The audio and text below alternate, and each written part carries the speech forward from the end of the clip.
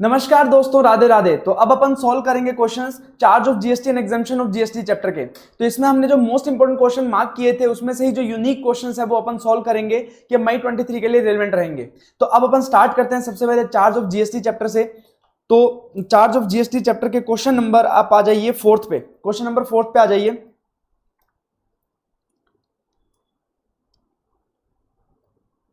चलिए, Varun and Arun associate started a partnership firm of architects in Bhopal. तो कौन सी सर्विसेज देते हैं? आर्किटेक्ट्स की। ऑन 1 अप्रैल को स्टार्ट किया उन्होंने। The firm provide architecture services in Madhya Pradesh. It provide the following details of it turnover. अप्रैल से जून में उनका टर्नओवर था 20 लाख रुपए, जुलाई से सितंबर में टर्नओवर था 30 लाख रुपए, अक्टूबर से दिसंबर में था 20 लाख रुपए। The firm has obtain the registration under section 22। Section 22 में क्या बोलते थे कि अगर आपका टर्नओवर 20 लाख से ऊपर चला गया तब आपको क्या लेना पड़ेगा? रजिस्ट्रेशन लेना पड़ेगा। And page the tax under composition scheme, और उसके बाद आप कॉम्पोजिशन स्कीम ऑप्ट कर सकते हो। Determine the tax liability of Varun and Arun associates for the quarter April and June, July to September, October and December. तो सबसे पहले अपन ने प्रोविजन पढ़ा था कि 20 लाख तक जब टर्नओवर है तब तक तो आपको रजिस्ट्रेशन करवाना जरूरी नहीं है। उसके बाद आप कॉम्पोजिशन ऑप्ट कर सकते हो। तो कॉम्पोजिशन आप 10(1) और 10(2) की कब ऑप्ट कर सकते हो? या तो आप रेस्टोरेंट सर्विसेज प्रोवाइड कर रहे हो या फिर गुड्स का ट्रेडिंग या मैन्युफैक्चरिंग कर रहे हो। तो ना तो आप यहाँ पे मैन्युफैक्चरिंग कर रहे हो ना ही रेस्टोरेंट सर्विसेज प्रोवाइड कर रहे हो। इसका मतलब आपको 10(1) 10(2) वाली कॉम्पोजिशन स्कीम तो नहीं मिलेगी। देन आती है 10(2)(a) वाली। 10(2)(a) वाली मतलब रिस्पेक्टिव सर्विसेज वाली जो कॉम्पोजिशन स्कीम होती है। तो अब इसमें देखो, आप आर्किटेक्ट की सर्विसेज प्रोवाइड कर रहे हो, आप 10(1) 10(2) नहीं मिल सकता तो आप 10(2)(a) ले सकते हो। बट उसमें जो थ्रेशोल्ड है वो कितनी है? 50 लाख रुपीज। 50 लाख रुपीज तक ही आप क्या कर पाओगे? कॉम्पोजिशन ले पाओगे। 50 लाख से टर्नओवर ऊपर जाते ही आपको रेगुलर स्कीम में आना पड़ेगा। तो ये सब बातें अपन सबसे पहले लिख देंगे। उसके बाद फर्स्ट 20 लाख रुपए के लिए तो मैं रजिस्टर्ड ही नहीं था, तो इस पर तो टैक्स पे करना है ही नहीं, क्योंकि मैं रजिस्टर्ड नहीं तो टैक्स पे करूं किस बात का? तो 20 लाख पे कोई टैक्स नहीं बनेगा। अब सितंबर तक मेरा टर्नओवर कितना हो गया? 50 लाख। तो मतलब सितंबर तक तो मैं कॉम्पोजिशन ऑप्ट कर सकता हूं, पर सितंबर के बाद अक्टूबर में जाते मेरे को क्या रेगुलर स्कीम में आना पड़ेगा। तो जो 20 लाख रुपए पे तो मेरे को टैक्स पे नहीं करना क्योंकि मैं रजिस्टर्ड ही नहीं था। फिर मैं जुलाई में रजिस्टर्ड हुआ, कॉम्पोजिशन स्कीम ऑप्ट कर ली। तो उसमें जो 30 लाख है, 30 लाख पे मैं टैक्स पे कर दूंगा। 30 लाख पे मैं टैक्स पे कर दूंगा। क्वेश्चन नंबर कितना था ये? 4। ठीक है, तो 30 लाख पे मेरे को रेट क्या होती है सर्विसेज की स्कीम में? 3% सीजीएसटी, 3% एसजीएसटी। तो 3% सीजीएसटी कितना हो जाएगा 30 लाख का? 30 लाख टर्नओवर इंटू 3%, तो 90,000 रुपए। तो 90,000 रुपए तो मेरे को सीजीएसटी पे करना है, 90,000 रुपए क्या हो जाएगा? एसजीएसटी पे कर दूंगा for the quarter July to September के लिए। अब अक्टूबर टू दिसंबर के लिए क्या करूं? अक्टूबर टू दिसंबर देखो, 50 लाख से ऊपर टर्नओवर चला गया तो आपको रेगुलर स्कीम में ऑप्ट करना पड़ेगा। अब रेगुलर स्कीम में जाओगे तो आपका जो रेट परसेंटेज है वो 9% है। ठीक है, तो आपने कितने कट किया? 20 लाख रुपए का, 20 लाख रुपए का किया तो 9% सीजीएसटी, तो 1,80,000 एंड 1,80,000 सीजीएसटी, 1,80,000 एसजीएसटी। ठीक है, तो ये आपका आंसर हो जाएगा। पहले के लिए 90,000 और यहाँ पे 1,80,000। जो भी मैंने पूरा प्रोविजन बताया वो प्रोविजन यहाँ पे लिखना पड़ेगा आपको, और वो प्रोविजन लिखने के बाद आप अगर ये आंसर दे दोगे तो आपका क्वेश्चन बिल्कुल करेक्ट हो जाएगा। उसके बाद सेकंड क्वेश्चन नंबर 5 पे आ जाइए। Examine whether the suppliers are eligible for composition levy under section 10। आपको पता लगाना है कि कंपोजिशन लेवी के लिए है कि नहीं है। इंडिपेंडेंट केसेस हैं, सारे इंडिपेंडेंट केसेस, सबको अलग अलग देखेंगे in the beginning of the current financial year. ठीक है, टेक्नोलॉजी एंटरप्राइजेस, फर्स्ट वाला, technology enterprises registered in Jalandhar Punjab is engaged in manufacturing computer system. Manufacturing करते हैं कंप्यूटर सिस्टम का। तो aggregate turnover in the preceding financial year is 125 lakh. Technology enterprise supplies the computer system manufactured by it with in the state of Punjab only. तो intra state supply है। With a view to expand its business operation, it also start providing the repairing services of computer system in the current financial year। और उसके साथ साथ ये repairing services भी provide कराना चाहते हैं। तो देखो, हमने पढ़ा था कि 10(1) 10(2) की जो कॉम्पोजिशन स्कीम है उसको कौन ऑप्ट कर सकता है? मैन्युफैक्चरर, ट्रेडर और रेस्टोरेंट सर्विस वाला। तो मैन्युफैक्चरर है। सारी की सारी इंट्रास्टेट सप्लाई, इंटरस्टेट सप्लाई भी नहीं है। तो ऐसे केस में ये ऑप्ट तो कर सकते हैं। और उनका टर्नओवर कितना होना चाहिए? थ्रेशोल्ड लास्ट ईयर का टर्नओवर 1.5 करोड़ से ऊपर नहीं होना चाहिए, क्योंकि पंजाब में है। पंजाब में 1.5 करोड़ की थ्रेशोल्ड लगेगी। 1.5 करोड़ से ऊपर इनका टर्नओवर जा नहीं रहा है। कितना है? 125 लाख। तो ऐसे केस में ये कंपोजिशन ऑप्ट कर सकते हैं प्रोवाइडेड। बट अगर आपने 10(1) 10(2) की कंपोजिशन ऑप्ट करी है तो ऐसे केस में आप अदर सर्विसेज कितनी प्रोवाइड कर सकते हो? मैक्सिमम कितनी प्रोवाइड कर सकते हो? 10% of the last year turnover और 5 lakh whichever is higher. तो लास्ट ईयर का टर्नओवर कितना है? Answer 5 part 1। लास्ट ईयर का टर्नओवर कितना है? 125 लाख। और उसका 10% कितना हो जाएगा 12.5 लाख, और 5 lakh whichever is higher 12.5 lakh. तो 12.5 लाख तक ये क्या कर सकते हैं, सर्विसेज प्रोवाइड कर सकते हैं, जो वो रिपेयरिंग सर्विसेज प्रोवाइड करना चाहता है। अगर वो 12.5 लाख से ऊपर होगी रिपेयरिंग सर्विसेज, तो ऐसे केस में वो कंपोजिशन ऑप्ट नहीं कर पाएगा। हाँ, बाकी सब जो है क्राइटेरिया वो फुलफिल कर रहे हैं, तो ऐसे केस में क्या हो जाएगा, सबसे पहले तो अपने को पूरा प्रोविजन लिखना पड़ेगा। प्रोविजन लिखेंगे और उसमें लिखेंगे कि 10-2, जब आप 10-1 10-2 के लिए आप एलिजिबल नहीं होते, तो ऐसे केस में आप 10-2A वाली कंपोजिशन ले सकते हो, सर्विसेज वाली, जिसमें आपका 50 लाख रुपए तक का थ्रेशोल्ड रहेगा और आपको 3% की रेट से पे करना पड़ेगा टैक्स, 3% सीजीएस 3% एसजीएसटी। तो ऐसे केस में फर्स्ट वाले केस में देखो उसका जो लास्ट ईयर का टर्नओवर है वो 1.5 करोड़ से कम है, कोई दिक्कत वाली बात नहीं है, और वो 12.5 लाख रुपए तक रिपेयर सर्विसेज भी प्रोवाइड करा सकते हैं। अब आ जाते हैं सेकंड केस में। सेकंड केस में क्या है, messrs Siddharth and sons registered in Delhi owns restaurant services, तो 10-1 10-2 आप ऑप्ट कर सकते हो।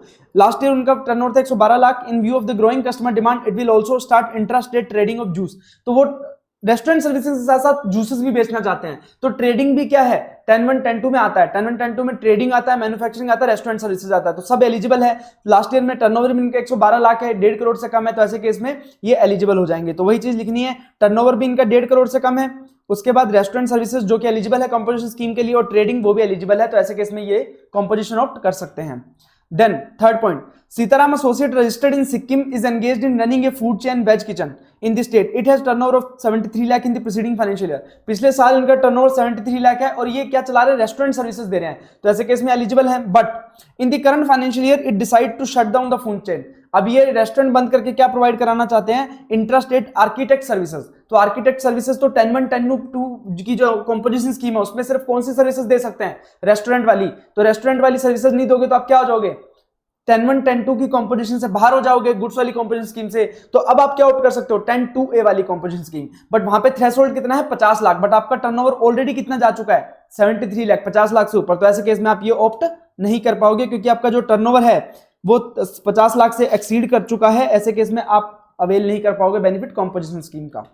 उसके बाद part D, Deepti services limited registered in Uttarakhand is exclusively providing hair styling services, hair styling की सर्विसेज प्रोवाइड कर रहे हैं। It has turnover 34 lakh in preceding financial year, तो 10-1 10-2 ऑप्ट नहीं कर पाएंगे, पर 10-2A ऑप्ट कर सकते हैं, 50 लाख से कम का टर्नओवर है, कोई दिक्कत वाली बात नहीं है। अब वो बोल रहे हैं कि सर्विसेज के साथ साथ वो कुछ ब्यूटी प्रोडक्ट्स भी सेल करना चाहते हैं, तो कोई दिक्कत वाली बात नहीं है, कर सकते हैं, जब तक कि उनका टर्नओवर 50 लाख से एक्सीड नहीं करता, तो ये भी एलिजिबल हो जाएंगे।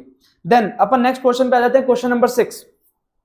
B&D company, a partnership firm in Nagpur, Maharashtra, is a wholesaler of taxable product P and product Q exempt by way of notification. The firm supplies these products only in the eastern part of Maharashtra. All the procurements of the firm are from suppliers registered under regular scheme in the state of Maharashtra. The firm pays tax under composition scheme. ठीक है, the B&D company has furnished the following deals with this turnover.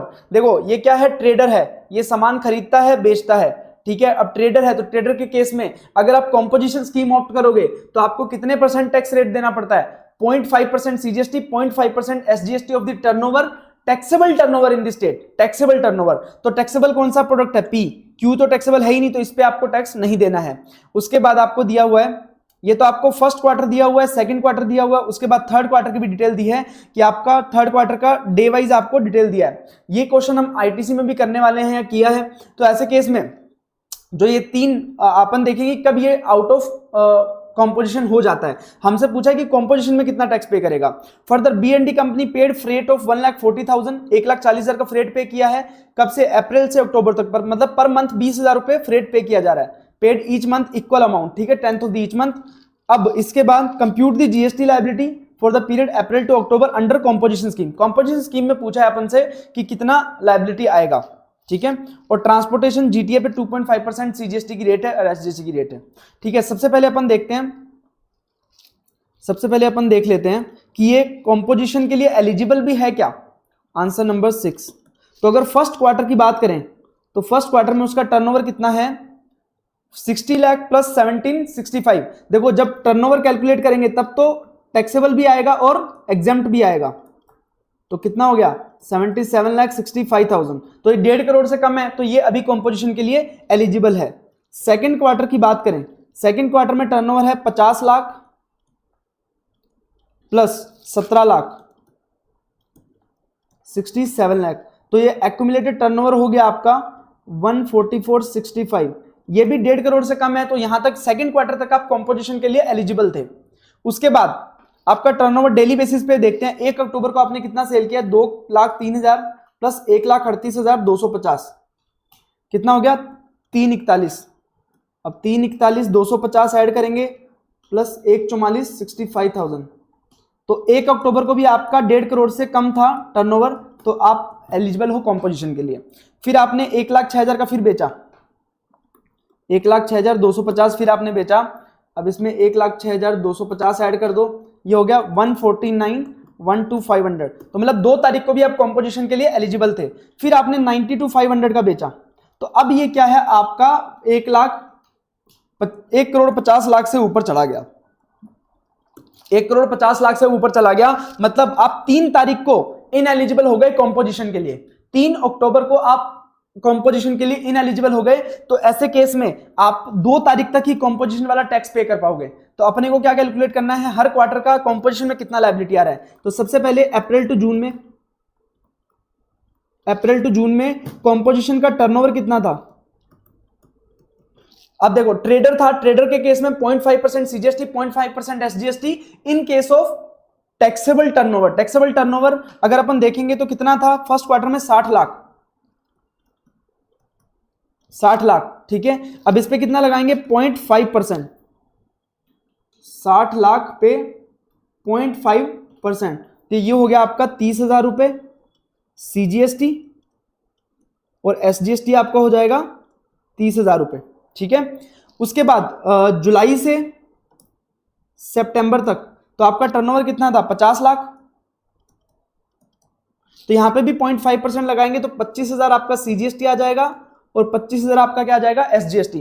अब अक्टूबर to दिसंबर वाले quarter में आप कब तक eligible थे, 2 तारीख तक। तो 2 तारीख तक की सेल कितनी थी आपकी, 2 तारीख तक सेल थी आपकी 2,03,000, सॉरी टैक्सेबल वाला लेना है सिर्फ ये वाला, ठीक है।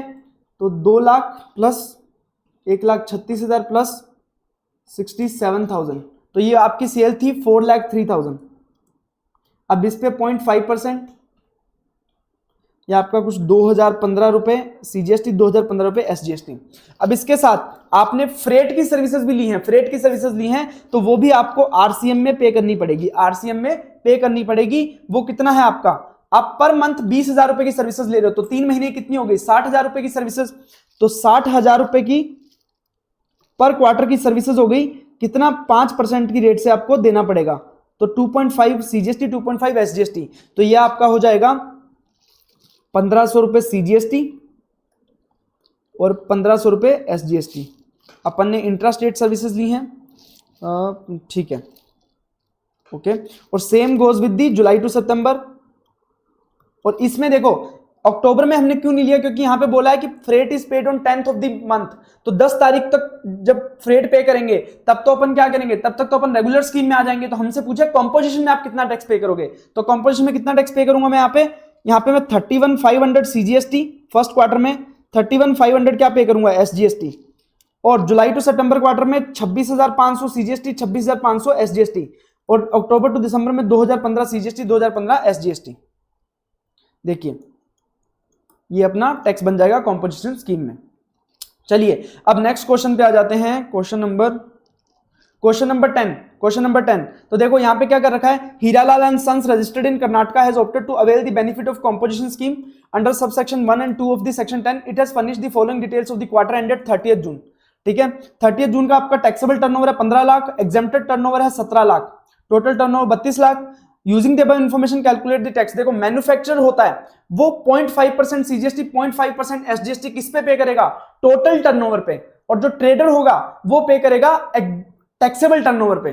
तो जब अगर ये मैन्युफैक्चर है तो 32 लाख का ये क्या करेगा 0.5% सीजीएसटी 0.5% एसजीएसटी, तो ये आपका 32,000 रुपए आंसर आ जाएगा। और अगर ये ट्रेडर है तो किस पे करेगा, टैक्सेबल गुड्स पे, तो 15 लाख रुपए पे, तो 15 लाख रुपए पे 1%, 15,000 रुपए आपका आंसर आ जाएगा। चलिए नेक्स्ट क्वेश्चन पे चलते हैं।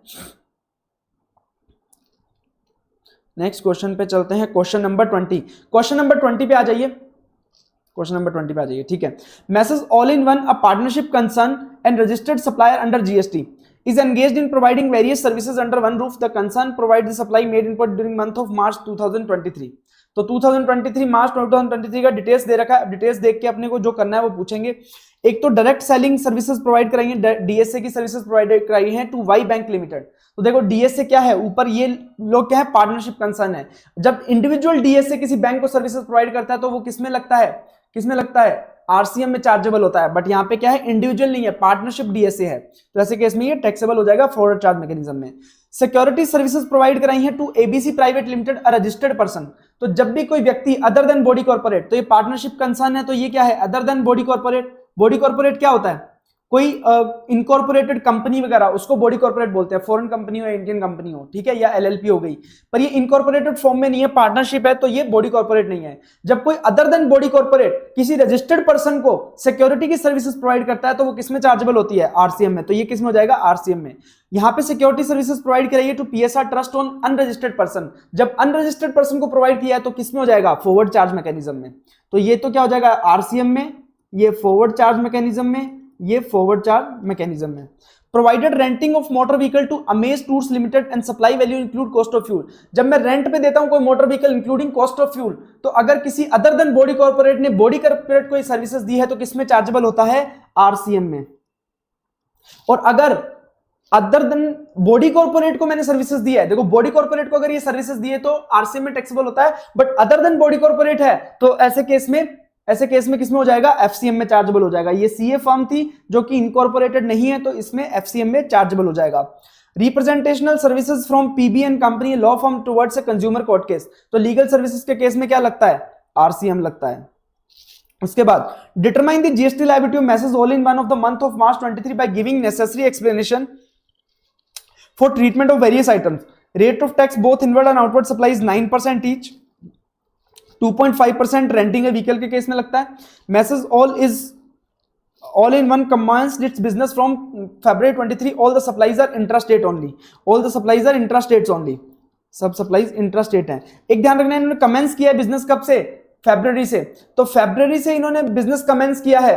तो ध्यान रखना, एक बात और बोली जाती है लीगल सर्विसेज के केस में. लीगल सर्विसेज के केस में अगर आपने किसी लीगल सर्विसेज प्रोवाइड कराई है किसी ने, अगर जिस बिजनेस एंटिटी को लीगल सर्विसेज प्रोवाइड कराई है, अगर उस बिजनेस एंटिटी का लास्ट ईयर का टर्नओवर 20 लाख से ऊपर नहीं है, that make its eligible to register. तो ऐसे केस में उसको आरसीएम में टैक्स पे नहीं करना पड़ेगा, क्योंकि वो सर्विसेज ही क्या हो जाएगी, एग्जेम्प्ट हो जाएगी. तो इसने बिजनेस कब चालू किया है, फरवरी में चालू किया है. तो इसका मतलब पिछले साल तो इसका कुछ बिजनेस ही नहीं था, तो टर्नओवर भी नहीं था. तो ऐसे केस में इसको भले लीगल सर्विसेज प्रोवाइड कराई गई हैं, पर वो क्या हो जाएंगी, एग्जेम्प्ट हो जाएंगी. लीगल सर्विसेज एग्जेम्प्ट हो जाएंगी. ठीक है, तो ये आरसीएम तो है बट ये एग्जेम्प्ट ही है. आरसीएम का सवाल ही नहीं उठता, एग्जेम्प्ट ही हो गया. ठीक है, तो अब अपन कैलकुलेट कर लेते हैं. Answer number 20. ठीक है, तो सबसे पहले डायरेक्ट सेलिंग एजेंट वाला, तो अपन यहां पे कैलकुलेट करेंगे टैक्स सीएसआई. ठीक है, और अब अपन कैलकुलेट करेंगे टैक्स. डायरेक्ट सेलिंग एजेंट की जो सर्विसेज थी वो कितनी, 4 लाख रुपए प्रोवाइड करेंगे. किसमें, एफसीएम में लगेगा. क्यों, क्योंकि ये इंडिविजुअल डीएसए नहीं था. ठीक है, इंडिविजुअल डीएसए होता तो आरसीएम में चार्जेबल होते, सामने वाला पे करता. बट अब हमें खुद को पे करना पड़ेगा एफसीएम में 4 लाख रुपए का. तो 4 लाख का 9%, 36,000. ठीक है. Second, security services. Security services किसको प्रोवाइड कराई है, बॉडी कॉर्पोरेट को. तो ऐसे केस में सामने वाला जो एबीसी प्राइवेट लिमिटेड है वही पे करेगा. मैसेज ऑल इन को पे करने की जरूरत नहीं है. देन और सिक्योरिटी सर्विसेज प्रोवाइड कराई हैं अदर देन बॉडी कॉर्पोरेट को. तो ऐसे केस में अपने को टैक्स पे करना पड़ेगा 1 लाख रुपए पे. 1 लाख रुपए पे टैक्स बन जाएगा 9,000 रुपए, और 9,000 रुपए सीजीएसटी एसजीएसटी. ठीक है. Then provided renting of fuel वाला, ये 75,000 रुपए तो क्या है, आरसीएम में चार्जेबल हो जाएगा. क्यों, क्योंकि बॉडी कॉर्पोरेट को सर्विसेज प्रोवाइड कराई है. तो ऐसे केस में सामने वाला टैक्स पे करेगा. ठीक है, बट यहाँ पे 75,000 रुपए रेंट सर्विसेज, फिर रेंट सर्विसेज नेक्स्ट.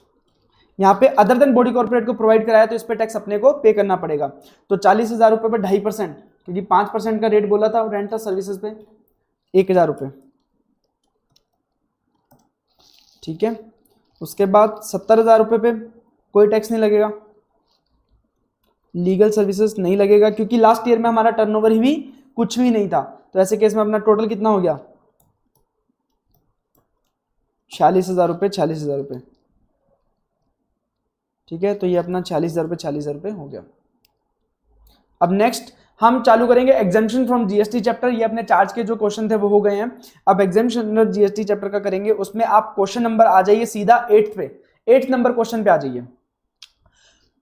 सर्व सुगम charitable trust, a trust registered under section 12AB of the income tax act provides the following information relating to supply of its services for the month of August। ठीक है, ये एक तो residential dwelling इसने rent पे दी है, use as a residence to an unregistered person, कितने का 18 लाख रुपए का।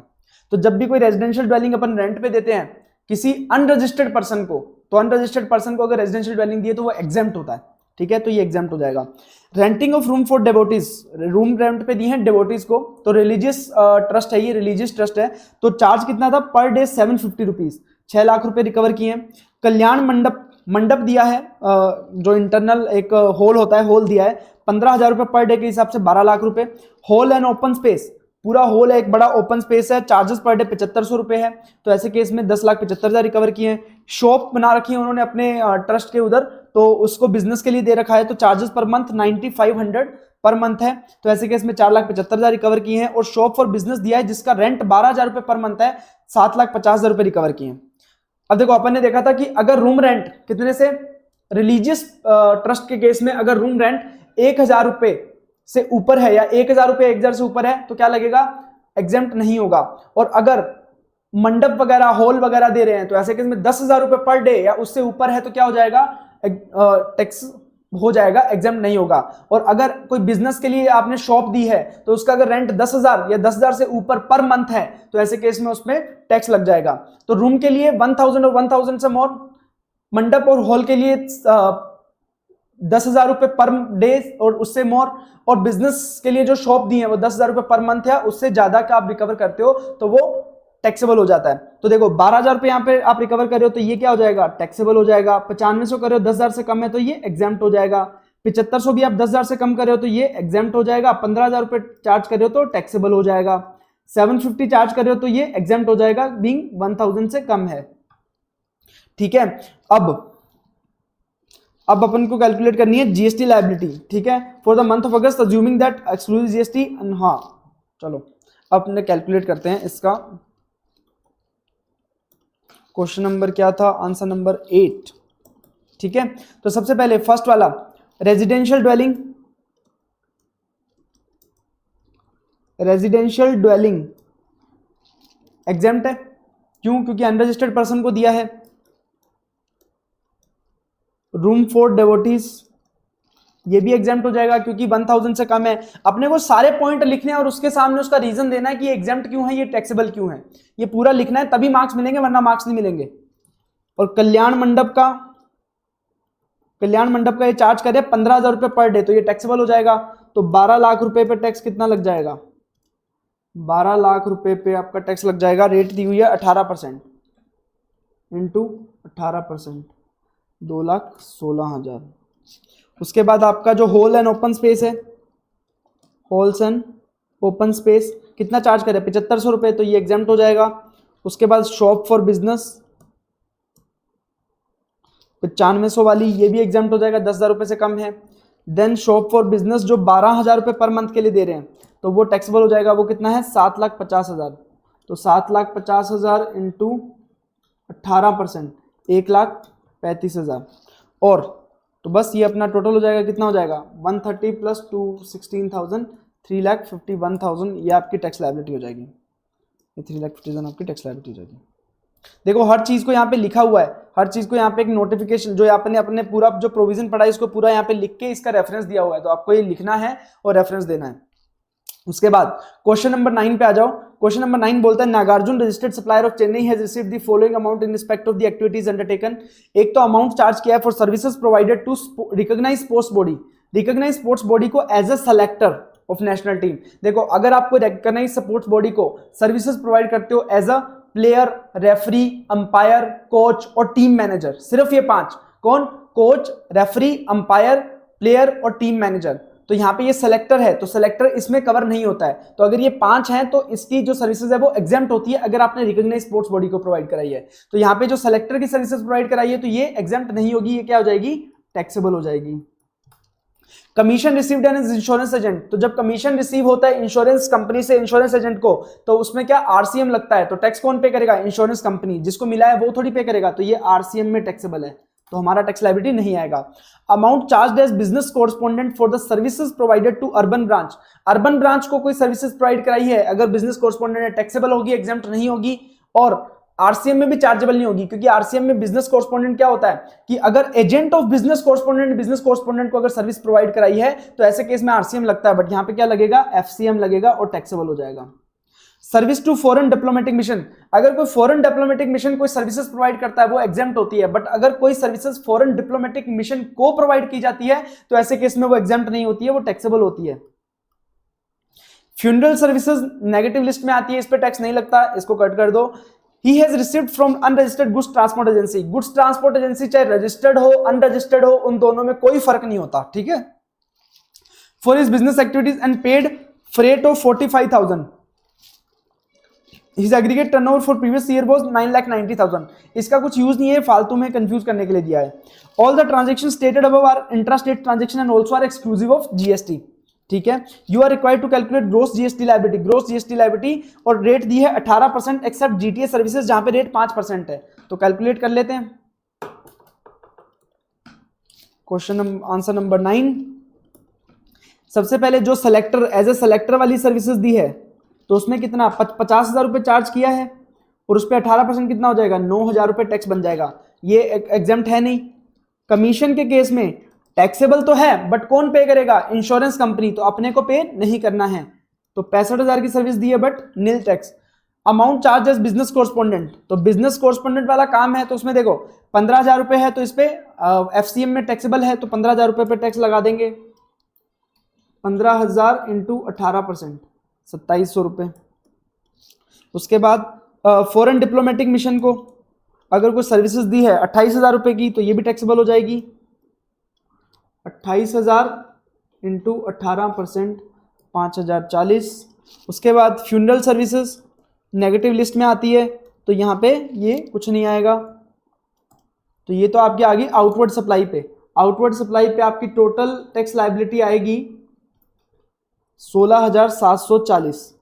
उसके बाद आपका आरसीएम में लायबिलिटी आएगा, आपने जीटीए सर्विसेज ली हैं फॉर्म अनरजिस्टर्ड जीटीए, ठीक है, और 2.5% का रेट है, 5% का रेट है, तो 45,000 रुपये क्या लग जाएगा, 45,000 रुपये पर 5%, 45,000 इंटू 5%, 2,250 रुपये, ये आपकी आरसीएम में टैक्स लायबिलिटी आ जाएगी। तो 9,000, 2,700, 5,040 और 2,250 ये टोटल करेंगे 18,990 आपका आंसर आ जाएगा। चलिए नेक्स्ट क्वेश्चन नंबर, नेक्स्ट आप आ जाइए क्वेश्चन नंबर 12 पे, क्वेश्चन नंबर 12 पे, ठीक है। ये थोड़ा बड़ा क्वेश्चन है, आराम से पढ़ते हैं, समझते हैं क्या कहना चाह रहा है। एजुकेशन इंस्टीट्यूशन की जो क्लैरिटी है ना वो पूरी आ जाएगी, एजुकेशन इंस्टीट्यूशन वाली जितनी भी एग्जाम्पशन थी वो सारी अपने को यहाँ पे समझ आ जाएंगी इस क्वेश्चन से, ठीक है। Chanakya academy is registered under GST in the state of Uttar Pradesh में रजिस्टर्ड है। Academy runs the following education institution, एक तो केशव इंस्टीट्यूट ऑफ टेक्नोलॉजी है, private engineering college in Ghaziabad, also run distance learning post graduate engineering program. उसके बाद इसने लिखा है all the engineering courses including the distance learning post graduate engineering program run by KIT are recognised by the law, मतलब ये services provide कर रहा है कौन सा, degree as a part of curriculum which is recognised by the law, ठीक है। तो ये भी एक क्या हो जाएगा, एजुकेशनल इंस्टीट्यूट हो जाएगा। एजुकेशनल इंस्टीट्यूट 3 होते थे, 3 एजुकेशन इंस्टीट्यूट होते थे। उस एजुकेशनल इंस्टीट्यूशन की डेफिनेशन पढ़ेंगे तो 3 होते हैं, एक तो आपके स्कूल प्री स्कूल इंक्लूडिंग आपके school up to higher secondary, मतलब 12th तक के जो स्कूल हैं वो आपके एजुकेशनल इंस्टीट्यूट होते हैं। दूसरा, कोई अगर सर्विसेज प्रोवाइड कर रहे हैं, कोई सर्विसेज प्रोवाइड कर रहे हैं, कैसी, कौन सी वाली, आपकी recognised by the law, recognised by the law degree है, कोई डिग्री है डिप्लोमा है जो रिकॉग्नाइज्ड बाय द लॉ है, अगर वो प्रोवाइड करने के लिए कोई करिकुलम पढ़ा रहे हैं तो ऐसे इंस्टीट्यूट भी क्या हो जाते हैं, एजुकेशनल इंस्टीट्यूशन। और तीसरा, कोई वोकेशनल ट्रेनिंग वाला दे रहा है, कोई वोकेशनल, आप देखोगे education as a part of approved vocational course, तो वो भी क्या हो जाएंगे, आपके एजुकेशनल इंस्टीट्यूट हो जाएंगे। तो 3 टाइप के एजुकेशनल इंस्टीट्यूट होते हैं, ठीक है। अब अगर इन एजुकेशनल इंस्टीट्यूशन ने कुछ कोई भी सर्विसेज प्रोवाइड कराई, किसको, फैकल्टी, स्टाफ या फिर स्टूडेंट को, तो ऐसे केस में वो पूरी की पूरी क्या हो जाएगी, एग्जेम्प्ट।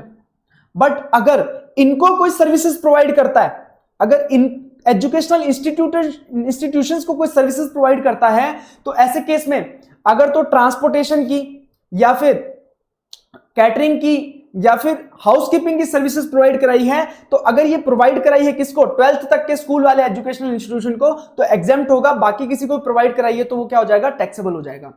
अगर कोई सर्विसेज प्रोवाइड कराई है in relation to conducting the exam और एडमिशन वगैरह के लिए आपने जो एग्जाम कंडक्ट कराए, एंट्रेंस एग्जाम या कोई भी एग्जाम कंडक्ट करवाए हैं, उसके रिलेटेड अगर कोई भी सर्विसेज दी गई है किसी भी एजुकेशनल इंस्टीट्यूशन को, तो वो एग्जेम्प्ट हो जाएगा, तीनों को किसी को भी दियो, ठीक है।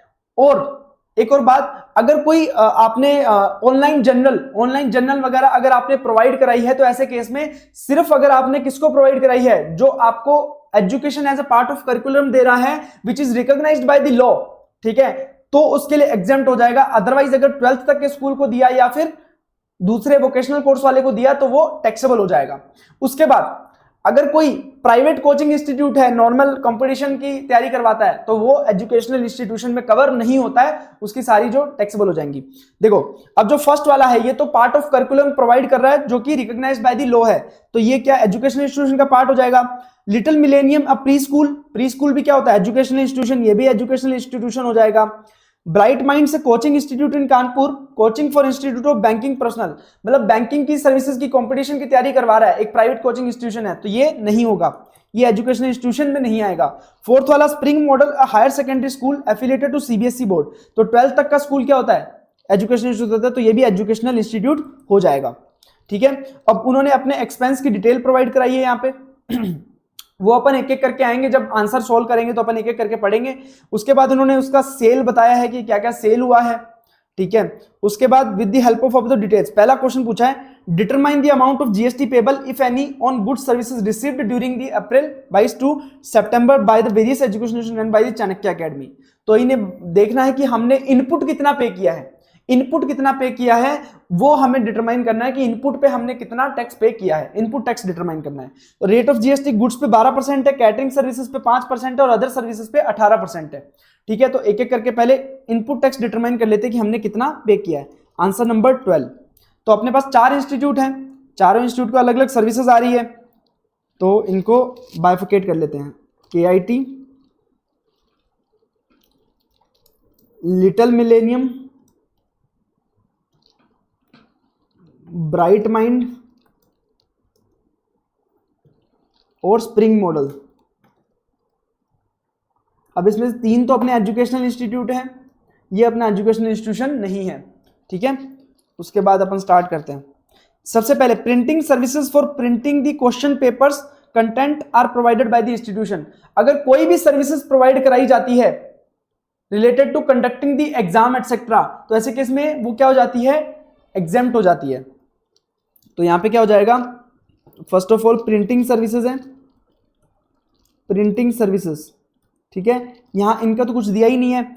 अब ये ब्राइट माइंड तो क्या है, KIT को 2,50,000 की दी है, तो 2,50,000 इंटू 18%, तो ये आ जाएगा 45,000 रुपीज KIT के केस में। लिटिल माइंड के केस में 0 है। ब्राइट माइंड ये हमारा एजुकेशनल इंस्टीट्यूट ही नहीं है, तो अगर कोई एग्जाम वगैरह कंडक्ट कराने के रिलेटेड सर्विसेज दी है एजुकेशनल इंस्टीट्यूट को, तभी वो एग्जाम्प्ट होगी। ये तो एजुकेशनल इंस्टीट्यूट नहीं है, तो ये तो पूरा टैक्सेबल हो जाएगा। तो 1,50,000 इंटू 18%, 1,50,000 इंटू 18%, ये आपका हो जाएगा 27,000 रुपए, ठीक है। स्प्रिंग मॉडल क्या है, अपना एजुकेशन इंस्टीट्यूशन है, तो इसको भी अगर कोई सर्विसेज प्रोवाइड कराइए तो ये क्या हो जाएगी, एग्जाम्प्ट हो जाएगी। सॉरी, ये KIT वाला भी आपका क्या हो जाएगा, एग्जाम्प्ट होगा, क्योंकि सर्विसेज प्रोवाइड करेगी किसको, एजुकेशनल इंस्टीट्यूट को। तो सिर्फ किस पे लगेगा, ब्राइट माइंड पे 27,000 रुपए का टैक्स आएगा, क्योंकि ये एजुकेशनल इंस्टीट्यूट नहीं है। सेकंड, हमने पेपर परचेज किया है, हमने पेपर परचेज किया for printing the question paper. तो पेपर परचेज किया है, हमने बोला अगर किसी एजुकेशनल इंस्टीट्यूट को कोई सर्विसेज प्रोवाइड कराई है एग्जाम से रिलेटेड, तो वो एग्जाम्प्ट होती है। बट यहां पे तो गुड्स है, तो गुड्स के केस में एग्जाम्पशन नहीं मिलेगा। तो गुड्स हमने कितने खरीदे हैं, 4,30,000, इस सब पे टैक्स लगेगा। तो 4,30,000 इंटू 12%, 51,600, ठीक है। उसके बाद इसको कुछ प्रोवाइड कराया नहीं है, 2,58,000 इंटू 12%, गुड्स पे रेट क्या थी 12%, 2,58,000 पे 12%, 30,960, उसके साथ 3,44,000 इंटू 12%, ये आपका 41,280। तो ये आपका होगा पेपर पे। हम नेक्स्ट पे चलते हैं।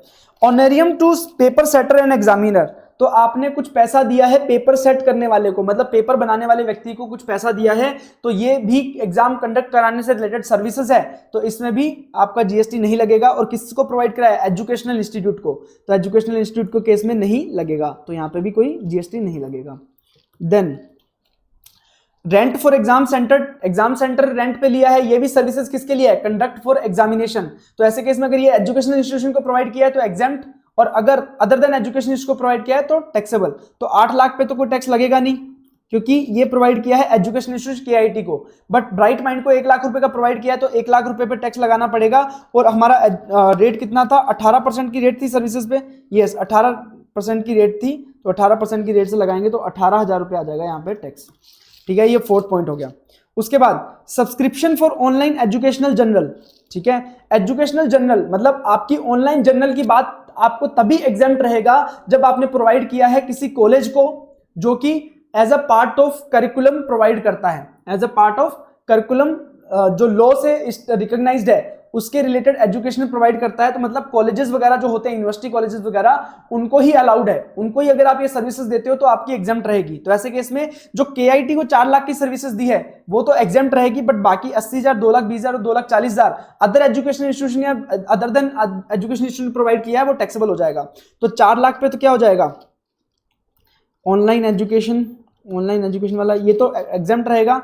80,000 रुपए पे 80,000 पे 18%, 14,400, 1,30,000 रुपये 18%, 23,400, 7,50,000 रुपये 18%, 1,35,000। ठीक है, तो ये आपका हो गया। उसके बाद 7,50,000 रुपये कर लिया अपन ने, ऊपर वाला 80,000, 2,20,000, 2,40,000 रुपये देखना है। तो 2,20,000 रुपये बार 18%, ये आपका 39,600 हो जाएगा, मिस्टेक। एंड 2,40,000 रुपये पे 12%, ये आपका 28,800 हो जाएगा। 2,40,000 रुपये पे 18%, 43,200 हो जाएगा। ठीक है, तो ये थोड़ा कैलकुलेशन का है, कैलकुलेशन देख लेना, ध्यान से कर लेना। उसके बाद 6 पॉइंट है, आपने हायर चार्जेस दिए हैं for buses use to transport student and faculty from the residence to institution. तो जब कोई ट्रांसपोर्टेशन की सर्विसेज एजुकेशनल इंस्टीट्यूट को दी जाती है तो वो अगर हमने किसी 12वीं तक के स्कूल को अगर दी है तो एग्जाम्प्ट रहेगी, बाकी में टैक्सेबल हो जाएगा।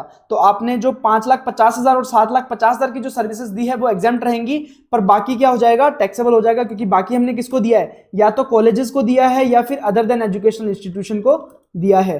तो हायर चार्जेस के केस में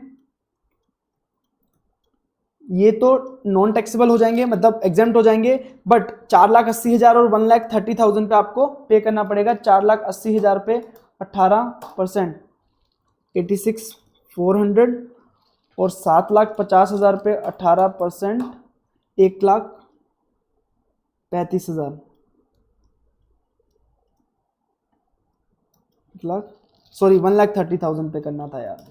1,30,000 इंटू 18%, 23,400। अच्छा, अब नेक्स्ट पॉइंट पे चलते हैं। देखिए, catering services for running A canteen in the campus for students.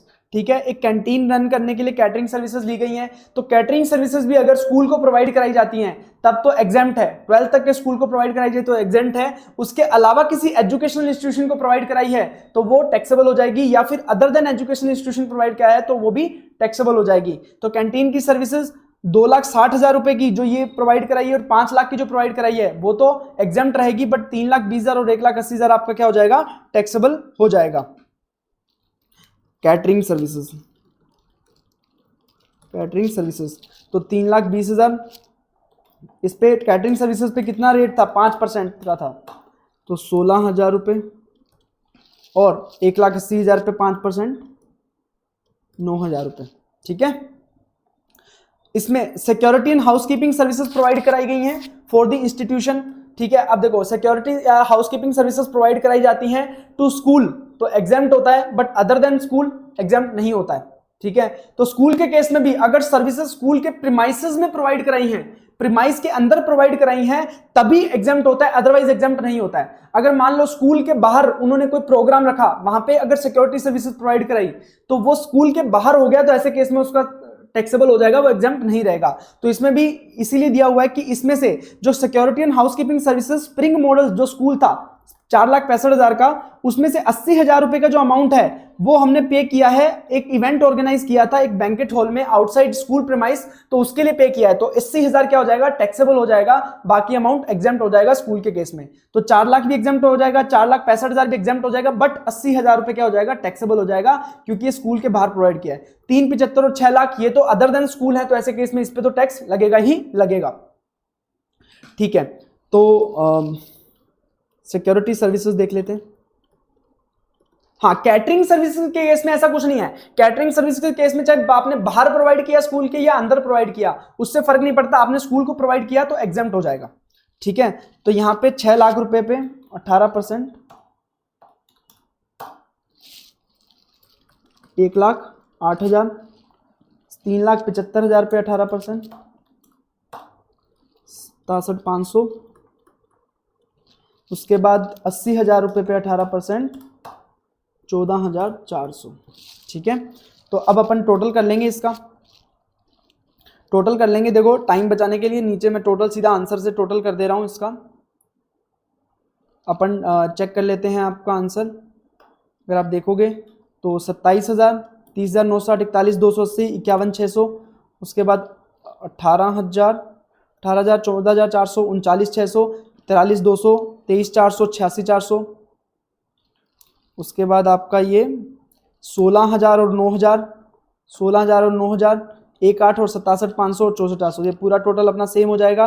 तो टोटल अगर अपन करेंगे तो कितना आ जाएगा टोटल, पहले का 2,62,000, दूसरे का 14,400, तीसरे का 2,15,460, फोर्थ का 98,880, ठीक है। टाइम बचाने के लिए मैंने नीचे यहाँ से सीधा आंसर से ही कॉपी कर दिया आपका जो टोटल था।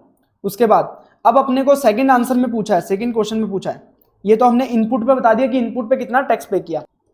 तो अब अपन से सेकंड पार्ट में पूछा है कि compute the net GST liability of the Chanakya academy payable by the electronic cash ledger. तो अपने को नेट जीएसटी लायबिलिटी बतानी कितना हुआ। तो नेट जीएसटी लायबिलिटी बतानी है तो सबसे पहले क्या कैलकुलेट करेंगे, output tax liability, output tax liability. अब अगर कोई भी सर्विसेज एजुकेशनल इंस्टीट्यूशन ने अपने स्टाफ, स्टूडेंट या फिर फैकल्टी को प्रोवाइड करी है तो वो एग्जेम्प्ट होता है, वो क्या होता है, एग्जेम्प्ट होता है। तो एग्जेम्प्ट होता है तो ऐसे केस में उस पर तो टैक्स लगेगा नहीं। अब हमारे 4 एजुकेशनल इंस्टीट्यूशन में से 4 इंस्टीट्यूशन में से 3 तो क्या थे, एजुकेशनल इंस्टीट्यूशन थे, जो केआईटी, लिटिल मिलेनियम और स्प्रिंग मॉडल, तीनों किसमें थे, एजुकेशनल इंस्टीट्यूशन की कैटेगरी में आ रहे थे। बट ब्राइट माइंड हमारा एजुकेशनल इंस्टीट्यूशन की कैटेगरी में नहीं आ रहा है, तो इसने जो सर्विसेज प्रोवाइड कराई है इस पे क्या लग जाएगा, टैक्स लग जाएगा। और इसने सर्विसेज कितने की प्रोवाइड कराई है, 20 लाख और 1,30,000, तो इन पे तो ये तो एग्जेम्प्ट हो जाएंगे और इस पे क्या हो जाएगा, टैक्स लग जाएगा 20 लाख और 1,30,000 पे। तो टोटल 21,30,000 रुपए टैक्स लग जाएगा 18%, 21,30,000 रुपए 18% टैक्स लग जाएगा 3,83,400। अब माइनस आईटीसी हम कितना अवेल कर सकते हैं, तो आईटीसी हमने देखा जो फर्स्ट 3 इंस्टीट्यूट थे वो तो क्या थे, एजुकेशनल इंस्टीट्यूशन, उन्होंने जो सर्विसेज प्रोवाइड कराई वो एग्जेम्प्ट थी। तो एग्जेम्प्ट सर्विसेज के लिए अगर उन्होंने कुछ आईटी इनपुट टैक्स क्रेडिट पे किया है तो वो आपको नहीं मिलेगा। तो आपका जो 2,62,000, 14,400 और 98,800 ये सारा क्या है, एग्जेम्प्ट सप्लाई के लिए है, तो इसका आईटीसी नहीं मिलेगा। बट 2,15,460 ये किसके लिए, टैक्सेबल सप्लाई के लिए, इसका आईटीसी मिल जाएगा। बट इसमें से भी क्या कोई ब्लॉक क्रेडिट था क्या, ये कैटरिंग सर्विसेज, ये कैटरिंग सर्विसेज वाला जो आपने 9,000 पे किया था ये क्या था, block credit under section 17 subsection 5। तो ऐसे केस में आपको आईटीसी, एलिजिबल आईटीसी कितना होगा आपका, 2,15,460 माइनस 9,000, तो 206,460, 206,460। तो आप ये यूज करेंगे तो आपका टैक्स आ जाएगा 383,400 माइनस 206,460, या आपका आंसर आ जाएगा 176,940। तो आपका आंसर आ जाएगा 176,940। 176,940 आपका आंसर आ जाएगा। चलिए नेक्स्ट क्वेश्चन पे आ जाते हैं। Question number 14। ठीक है, question number 14। Parikshit Limited engaged in providing a bucket of services. It's registered under GST law. It furnishes the following information for the month of March in relation to various services provided by it. Fees from prospective employers for campus interview 5,20,000 रुपए। अब देखो, अगर faculty staff और किसको, अपने students को अगर कोई सर्विसेज प्रोवाइड कराई जाती है तो वो होती है एग्जेम्प्ट एजुकेशन इंस्टीट्यूशन की। बट यहाँ पे प्रोवाइड किसको किया है इसने? प्रोस्पेक्टिव एम्प्लॉयर्स को। तो ऐसे केस में ये एग्जेम्प्ट नहीं हो सकती। कॉलेज में अगर वो आएंगे, उससे पैसा लिया है आपने किसी कंपनी से, तो आपको उस पर टैक्स पे करना पड़ेगा। 5 buses each with seating capacity of 40 passenger given on hire to state transport undertaking. 5 bus seating capacity 40 की है, तो ऐसे केस में अगर आप स्टेट ट्रांसपोर्ट अंडरटेकिंग को देते हो तो ये क्या होता है? एग्जेम्प्ट होता है। Receipt of shiny a commercial coaching institute providing coaching in the field of commerce.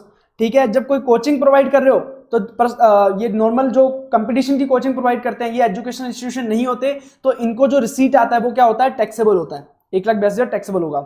Interest received on fixed deposit of the company, interest exempt supply है, ये exempt supply. Receipt from running A boarding school, अगर आप कोई boarding school run कर रहे हो तो देखो, आप एजुकेशनल इंस्टीट्यूट हो और आप स्कूल रन कर रहे हो, आपको कोई फीस आ रही है, फीस के साथ आप क्या कर रहे हो? उनको रहने का भी सर्विसेज प्रोवाइड करा रहे हो। बोर्डिंग स्कूल है आपका, तो ऐसे केस में वो कंपोजिट सप्लाई हो जाएगी। और अगर एजुकेशन इंस्टीट्यूशन एजुकेशन की सर्विसेज प्रोवाइड कर रहा है, जिसमें भले वो रेजिडेंशियल सर्विस साथ में प्रोवाइड कर रहा है, वो क्या हो जाएगा? पूरा का पूरा एग्जेम्प्ट हो जाएगा। ठीक है, उसके बाद receipt of Shikshit Samuday and industrial training institute affiliated to NCVT, तो ये एनसीवीटी से एफिलिएटेड है, नेशनल वोकेशनल ट्रेनिंग काउंसिल, तो ये कोर्सेज प्रोवाइड करा रहे हैं, अप्रूव्ड वोकेशनल कोर्सेज प्रोवाइड करा रहे हैं। तो ऐसे केस में जो अमाउंट रिसीव हुआ है वो क्या हो जाएगा? एग्जेम्प्ट हो जाएगा। ये एजुकेशनल इंस्टीट्यूशन ऐसा एजुकेशन इंस्टीट्यूशन है which is providing the vocational education course approved by the approved educational vocational course, तो ये भी अप्रूव्ड वोकेशनल कोर्सेज प्रोवाइड कर रहे हैं। नेक्स्ट में भी प्रतिभा इंस्टीट्यूट में, तो 1,30,000 रुपए का ये भी आपका क्या हो जाएगा? एग्जेम्प्ट हो जाएगा। Then professional services provided to diplomatic mission located in India, तो अगर आप कोई सर्विसेज डिप्लोमेटिक मिशन को प्रोवाइड कर रहे हो तो क्या होता है? टैक्सेबल होता है। बट अगर फॉरेन डिप्लोमेटिक मिशन आपको प्रोवाइड कराए तो वो होता है एग्जेम्प्ट। बट आपने अगर फॉरेन डिप्लोमेटिक मिशन को प्रोवाइड कराया तो टैक्सेबल होता है, ये टैक्सेबल हो जाएगा। तो क्या क्या टैक्सेबल हो जाएगा? 5,20,000, 1,82,000 और 1,04,000, तो ये 3 आइटम हमारे क्या हो जाएंगे? टैक्सेबल हो जाएंगे, और इस पे अपन को टैक्स पे करना पड़ेगा। बाकी सारे क्या हो जाएंगे? एग्जेम्प्ट हो जाएंगे। उसके बाद नेक्स्ट क्वेश्चन पे आ जाते हैं। XYZ limited new Delhi manufactures biscuit under the brand name tasty picks. Biscuits are supplied to wholesaler and distributor located across India on FOR basis. FOR basis मतलब वो बिस्किट उसके सामने वाले कस्टमर के घर पे पहुंचा के देता है। ठीक है, The warehouse of the company located in New Delhi. The company uses multiple mode of transport for supplying the biscuits to its customers separate across the country. The transport cost is shown as line item in the invoice and is billed to customer with a markup of 2% of total amount freight. तो इसमें क्या करता है? जो वो biscuit उसके घर तक पहुंचा के तो देगा, उसके घर तक बिस्किट पहुंचा के देगा, बट उसके कारण उसका जो फ्रेट चार्ज हुआ है, फ्रेट का जो एक्सपेंस हुआ है इंक्लूडिंग टैक्स, मतलब फ्रेट पे किया उसने, उस पर टैक्स पे किया, तो जो टोटल अमाउंट उसका इनकर हुआ ना सप्लायर का, वो कस्टमर से रिकवर करेगा एज अ कंसिडरेशन, तो उसको भी इनवॉइस में दिखाएगा। तो अब आपने कोई मान लो 10,000 रुपए खर्च किए कस्टमर के बिहाफ पे, 10,000 रुपए 500 रुपए टैक्स भी पे किया, मान लो 10,500 खर्च किए, तो 10,500 वो उससे रिकवर करेगा कस्टमर से। तो ये एक तरह से क्या हो जाएगा? कंसिडरेशन हो जाएगा, वैल्यू ऑफ सप्लाई हो जाएगा। Flour used for the production process is procured from vendor located in Madhya Pradesh. जो उसमें आटा यूज किया जा रहा है, वो आटा कहां से लाया जा रहा है? मध्य प्रदेश के कहीं किसी वेंडर से लाया जा रहा है। ऑन एक्स फैक्ट्री बेसिस, मतलब वहां से उठा के लाने की जिम्मेवारी भी किसकी है? XYZ लिमिटेड की, ex factory. The company engages GTA to transport the flour from the factories of the vendor its factory located in new Delhi. तो गुड्स ट्रांसपोर्ट एजेंसी की सर्विसेज ली जाती हैं। अब कंपनी ने फॉलोइंग डेटा प्रोवाइड करा है ट्रांसपोर्टेशन ऑफ बिस्कुट और फ्लोर का in the month of April. इन्होंने एक सेल किया है NCR रीजन में। The company arranged a local mini van belonging to an individual and paid him 54,000। तो किसी इंडिविजुअल से अगर आप ट्रांसपोर्ट की सर्विसेज ले रहे हो, तो अदर देन GTA या कोरियर एजेंसी की अगर आप कोई ट्रांसपोर्टेशन की सर्विसेज ले रहे हो तो वो क्या होती है? एग्जेम्प्ट होती है, तो इस पे टैक्स नहीं लगेगा, ये क्या हो जाएगा? एग्जेम्प्ट हो जाएगा। For sale to location in distant states 1,78,00,000 the company book the goods by Indian railways and paid freight 3,17,000। तो ये रेलवे के थ्रू जा रहा है, ये क्या हो जाएगा, टैक्सेबल हो जाएगा, टैक्सेबल हो जाएगा, फॉरवर्ड चार्ज मैकेनिज्म में टैक्सेबल हो जाएगा, ठीक है। For sales to location in neighbouring state, आसपास के जो स्टेट्स हैं वहां पे सेल करने के लिए इन्होंने रोड फ्रेट पे किया 3,73,000। उसमें से जो 73,000 फ्रेट पे किया है वो किस जीटीए को पे किया है, जिसने ऑप्ट किया है 12% का इंटरेस्ट रेट, मतलब 12% का जिसने टैक्स रेट ऑप्ट किया है, मतलब फॉरवर्ड चार्ज मैकेनिज्म में पे करना चाहता है, उसको पे किया 73,000। तो 3,73,000 में से 73,000 तो पे टैक्स लगेगा 12%, और 3 लाख रुपए किससे किया है, was done by unregistered GTA, तो 3 लाख रुपए पे आरसीएम में पे करना पड़ेगा टैक्स कितना, 5%। For purchase of flour from Madhya Pradesh, अब ये इनपुट की बात आ गई, अब ये इनपुट पे बात आ गई, ये तो सारे क्या थे, आउटपुट पे, आउटपुट पे जो सेल की थी उस पे कितना फ्रेट इनकर किया, अब इनपुट पे कितना फ्रेट इनकर किया। परचेज किया आटा फ्रॉम मध्य प्रदेश 25 लाख रुपए का, the company book the goods bye GTA and paid freight of 55,000, तो 55,000 रुपए का फ्रेट पे किया है, इस पे जीटीए के थ्रू आया तो इसे भी आरसीएम में पे करना पड़ेगा। परचेज किया, बट एक ध्यान रखना यहाँ पे फ्लोर परचेज हुआ है, तो फ्लोर का ट्रांसपोर्ट हो रहा है, तो जीटीए से अगर कोई फ्लोर आटा वगैरह ये एग्रीकल्चर प्रोड्यूस वगैरह अगर आप ट्रांसपोर्ट करते हो तो ये एग्जेम्प्ट होता है, इसका ट्रांसपोर्टेशन एग्जेम्प्ट होता है, तो ये क्या हो जाएगा, एग्जेम्प्ट, ठीक है। तो ये क्या हो गया, एग्जेम्प्ट हो गया, ये 55,000 रुपए पे टैक्स नहीं लगेगा, 55,000 रुपए पे टैक्स नहीं लगेगा। For purchase of butter from Punjab the company book the goods bye N unregistered GT and paid freight of 35,000, तो 35,000 पे आरसीएम में टैक्स पे करना पड़ेगा। अब एक और बेकिंग पाउडर मंगाना था, उसके लिए 1,500 रुपए फ्रेट पे किया, इस पे भी आरसीएम लग जाएगा। और transferring the biscuit to one of its sister concern in Rajasthan the company book the goods by unregistered GTA, और उसको फ्रेट पे किया 40,000 रुपए का, तो उसको 40,000 रुपए का फ्रेट पे किया, इस पे भी आरसीएम में पे करना पड़ जाएगा। अब based on the particulars given above compute the GST payable on amount paid for the transportation by XYZ limited. तो यहाँ पे आपसे ग्रोस टैक्स लायबिलिटी नहीं पूछी है, उन्होंने पूछा कि आपने, यहाँ पे अक्सर बच्चों को डाउट आता है कि सर आपने यहाँ पे आरसीएम, अब अपन जब आंसर करेंगे ना तो उसमें आरसीएम वाले भी लेंगे और फॉरवर्ड चार्ज मैकेनिज्म वाले भी लेंगे, सब लेंगे। क्यों, क्योंकि यहाँ पे आपसे पूछा कि आपने जो फ्रेट पे किया, फ्रेट पे जो पे किया है उस पे आपको कितना जीएसटी का बर्डन आया, आपको उस पे कितना जीएसटी पे करना पड़ा, आपसे ये पूछा है, ना कि आपसे ये पूछा है कि आपने गवर्नमेंट को कितना पे किया। तो ऐसे केस में भले ही आरसीएम में पे किया हो, भले ही फॉरवर्ड चार्ज मैकेनिज्म में पे किया हो, पे तो मैं ही कर रहा हूं ना, तो ऐसे केस में यहां पे वो सबको इंक्लूड किया जाएगा। तो अब क्या क्या आइटम थी, एक एक करके देख लेते हैं। आंसर 15, पहला फ्रेट पे किया था हमने एनसीआर रीजन के लिए, ये हमने मिनी वैन की थी, मिनी वैन की थी 54,000 रुपए की। तो ये अदर देन जीटी और कोरियर एजेंसी के थ्रू ट्रांसपोर्ट करवाते हैं तो टैक्स क्या होता है, निल, तो जीएसटी कितना, निल, और वैल्यू 54,000। उसके बाद हमने लोकेशन इंडियन रेलवेज के थ्रू जो किया है, इंडियन रेलवेज के थ्रू जो किया है कितना, 3,17,000, इस पे टैक्स रेट कितना है, टैक्स रेट कितना है, टैक्स रेट कितना है, टैक्स रेट कितना है, ये 5%, ठीक है। और GST on supply of biscuit is 12%, transportation पे 5% है, तो 3,17,000 पे 5% कितना हो जाएगा, 15,850। उसके बाद अपन ने और क्या भेजा है, और अपन ने नेबरिंग स्टेट में भेजा है जीटीए के थ्रू। अब जीटीए के थ्रू एक तो भेजा 73,000 का, जिसपे तो रेट है 12% की, क्योंकि वहां पे जीटीए ने ऑप्ट कर रखा था 12% का रेट, तो 12% की रेट हमें 8,760 रुपीज पे करना पड़ा। ये तो हो गया एफसीएम में। अब ये जीटीए जो है 3 लाख रुपए, ये पे करना पड़ेगा आरसीएम में। मैं दोबारा रिपीट कर दे रहा हूं, यहां पे पूछा है कितना आपको जीएसटी पे करना पड़ा फॉर रिलेटेड टू फ्रेट। अब वो पे भले गवर्नमेंट को पे किया, चाहे आपने जीटीए को पे किया, पे तो किया है। 3 लाख पे 5%, 15,000। उसके बाद आपने इनपुट्स पे सर्विसेज ली है, जो आपने फ्लोर करवाया है तो 55,000 रुपए का है, तो इस पे टैक्स नहीं लगेगा, जैसा हमने डिस्कस किया। फिर आपने जो बटर मंगवाया है उसका चार्जेस पे किया आपने 35,000, और बेकिंग पाउडर जो मंगाया आपने उसका पैसा पे किया 1,500 रुपये, तो इस पे 5% आपको आरसीएम में पे करना पड़ेगा, तो ये आप आरसीएम में पे करोगे आपका टोटल। उसके बाद आपने एक अपनी सिस्टर कंसर्न को ट्रांसफर किया है, सिस्टर कंसर्न को ट्रांसफर किया 40,000 रुपये का, तो उस पर भी 2,000 रुपये का आपको पे करना पड़ेगा। तो टोटल आपका जो अमाउंट आ जाएगा वो 15,850 plus 8760 plus 15,000 plus 1750 plus 75 plus 2000 43,435। ठीक है, तो पहले का आंसर अपन से पूछा था कि कितना आपको टैक्स पे करना पड़ेगा, 43,435। ठीक है, अब नेक्स्ट पॉइंट अपन से पूछा है compute the GST charge on transportation cost bill by the company to its customer. हमने पढ़ा था कि जो कंपनी है वो क्या करती है, जितना भी उसका ट्रांसपोर्टेशन कॉस्ट इनकर हुआ ना, उसने जो सेल किया, सेल के ऊपर उसका जितना भी ट्रांसपोर्टेशन कॉस्ट इनकर हुआ इंक्लूडिंग जीएसटी, तो जितना कॉस्ट इनकर हुआ वो पूरा का पूरा किससे वसूल करेगा, कस्टमर से। और कस्टमर से कितना वसूल करेगा, जितना इनकर हुआ उसका 2% मार्कअप लगा के, 2% ज्यादा वसूल करेगा। तो जब वसूल करेगा तो वैल्यू सप्लाई का पार्ट बन जाएगा और उस पर जीएसटी भी लगेगा। तो हमें वही पूछा है कि कितना जीएसटी पेबल होगा उस एलिमेंट पे। चलिए कैलकुलेट करते हैं। तो अपन ने कौन कौन से सेल के ट्रांजेक्शन किए हैं।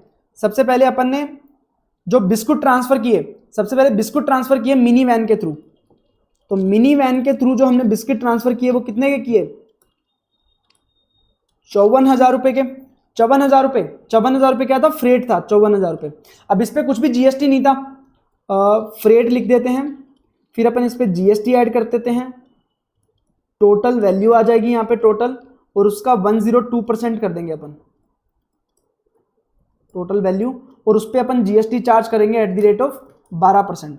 एट द रेट 12% या कितना, क्योंकि हम क्या है बिस्किट बेच रहे हैं और बिस्किट पे रेट कितना है 12%, और बिस्किट को हम ट्रांसपोर्ट करके दे रहे हैं, तो ये क्या हो जाएगी कंपोजिट सप्लाई। तो ऐसे केस में बिस्किट पे अपन 12% रेट ले रहे हैं, तो इस पे भी कितना होगा, ट्रांसपोर्टेशन सर्विसेज पे भी 12% की रेट लग जाएगी। तो मिनी वैन पे 54,000 रुपए का हमने फ्रेट दिया है, जीएसटी इस पे लगा नहीं, जीएसटी जीरो क्योंकि एग्जेम्प्ट था। टोटल वैल्यू आपकी 54,000 हो गई, और 54,000 पे आप 102% कर लीजिए, 2% ऐड कर दीजिए, 55,080।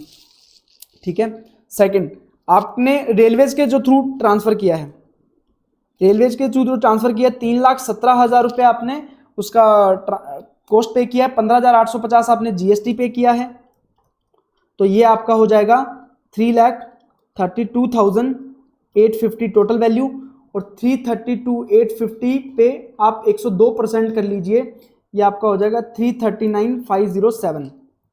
फिर आपने जो गुड्स ट्रांसफर किया है ये जीटीएस के थ्रू किया है, जीटीएस के थ्रू किया है, एक तो 73,000 का और एक आप 3 लाख रुपए का। ठीक है, तो 73,000 पे अपन ने कितना टैक्स पे किया है, 8760, और 3 लाख पे 15,000, 8760 और इस पे 15,000, तो इसका तो हो गया 3,15,000, और 73,000 प्लस 8760 ये हो गया 81,760। इन पे भी 102% कर दीजिए, इन पे भी 102% कर दीजिए। ठीक है, अब ये टोटल अमाउंट पे अपन क्या करेंगे, 12% जीएसटी चार्ज कर देंगे, 83,395 और 321,300, तो ये हो गया 799,282, और इस पे अपन 12% चार्ज करेंगे 95,913। ठीक है, इतना ही अपन ने सेल पे किया था, ये बाकी सारा क्या है इनपुट पे, और ये अपनी सिस्टर कंसर्न को भेजा, सिस्टर कंसर्न से माना जा रहा है अपन कि कस्टमर नहीं है, वो कस्टमर नहीं है तो उससे चार्ज नहीं किया जाएगा, तो इस पे 95,900 95,914। ठीक है, तो ये अपना आंसर आ गया, ये अपने को आंसर देना है। ठीक है, अब नेक्स्ट क्वेश्चन पे आ जाइए, नेक्स्ट क्वेश्चन पे आ जाइए, next question number 25, question number 25 करेंगे, ये लास्ट क्वेश्चन है, क्वेश्चन नंबर 25। देखिए, Gupta and Gupta brother is a partnership concern registered under GST in the state of Gujarat, provide the following details, loading unloading packing of warehousing of tomato ketchup bottles. तो ये loading warehousing packing unloading किसका exempt होता है, agriculture produce का। Ketchup bottle is not a agriculture produce, तो ये क्या हो जाएगा, टैक्सेबल हो जाएगा। सिक्योरिटी सर्विसेज प्रोवाइड कराई है टू रजिस्टर्ड पर्सन, खुद क्या है पार्टनरशिप फर्म, खुद बॉडी कॉर्पोरेट नहीं है, अदर देन बॉडी कॉर्पोरेट ने अगर रजिस्टर्ड पर्सन को प्रोवाइड किया है तो क्या हो जाएगा, आरसीएम में टैक्सेबल। अदरवाइज अगर अनरजिस्टर्ड पर्सन को प्रोवाइड किया है तो फॉरवर्ड चार्ज मैकेनिज्म में टैक्सेबल हो जाएगा। Then provide renting of motor vehicle, तो यहां पे किसको प्रोवाइड किया है, for carrying passenger to Bharat travel limited body corporate को, तो ये किस में हो जाएगा, आरसीएम में, और अदर देन बॉडी कॉर्पोरेट को प्रोवाइड किया है तो एफसीएम में चार्जेबल हो जाएगा। ये हमने ऑलरेडी पिछले क्वेश्चन में किया भी है। रिकवरी एजेंट सर्विसेज प्रोवाइड की है एनबीएफसी को, तो ये किस में हो जाएंगी, आरसीएम में चार्जेबल हो जाएंगी। Received legal consultancy services from Dhruv and company law firm for business purpose, legal consultancy ली है और बिजनेस अपन ने अप्रैल में स्टार्ट किया है, तो पिछले फाइनेंशियल ईयर में कुछ भी आपका टर्नओवर नहीं है, तो ऐसे केस में ये भी आपका क्या हो जाएगा, एग्जेम्प्ट हो जाएगा, क्योंकि पिछले फाइनेंशियल ईयर में टर्नओवर आपका 20 लाख से ऊपर होना चाहिए, तभी आपका टैक्सेबल होता है। Legal services provided to Gujarat government administration under health training programme, जिसका 90% से ज्यादा टोटल एक्सपेंडिचर किसने बोन किया है, गुजरात गवर्नमेंट ने। तो जब 75% से ज्यादा का एक्सपेंडिचर कौन बोन करता है, गवर्नमेंट बोन करती है, तो ऐसे केस में वो एग्जेम्प्ट होता है, तो ये भी क्या हो जाएगा, एग्जेम्प्ट हो जाएगा। तो अब अपन देख लेते हैं आंसर। क्वेश्चन नंबर क्या था, 25, क्वेश्चन नंबर 25। तो सबसे पहले लोडिंग अनलोडिंग, ये टैक्सेबल हो जाएगा। लोडिंग अनलोडिंग कितना है, 4 लाख रुपए। रेट क्या है, रेट बोला है 99% और रेंटिंग और मोटर व्हीकल पर 2.5%, तो 9% लगाएंगे। 72,000 रुपये का आपका टैक्स बन गया। अब इसके बाद जो सेकंड वाली है वो तो आरसीएम में है, तो सामने वाला पे करेगा, मेरे को पे नहीं करना। थर्ड वाले की बात आ जाती है 1 लाख रुपए की, सिक्योरिटी की 1 लाख रुपए, तो ये 18,000 रुपये मेरे को इस पे टैक्स पे करना पड़ेगा। देन इस पे मेरे को पे नहीं करना क्योंकि ये आरसीएम में है, तो एफसीएम वाले पे करूंगा। रेंटिंग मोटर व्हीकल पे 40,000 रुपये पे, 40,000 5%, 2,000, ठीक है। उसके बाद रिकवरी एजेंट वाला मेरे को पे नहीं करना, रिसिप्ट कंसल्टेंसी एग्जाम्प्ट है और सर्विस प्रोवाइडर भी एग्जाम्प्ट है, तो ये हो जाएगा आपका 92,000 आंसर। ये 46 + 46 92,000 आपका क्या हो जाएगा, आंसर हो जाएगा, ठीक है। तो इस प्रकार से अपन ने चार्ज अंडर जीएसटी और एग्जेम्पशन अंडर जीएसटी के जो भी मोस्ट इंपोर्टेंट क्वेश्चन थे, उसमें से जो भी यूनिक क्वेश्चन थे वो सारे अपन ने कर लिए हैं। अगर इसके बाद भी कोई डाउट हो तो आप मेरे को रीच आउट कर सकते हो। Thank you so much.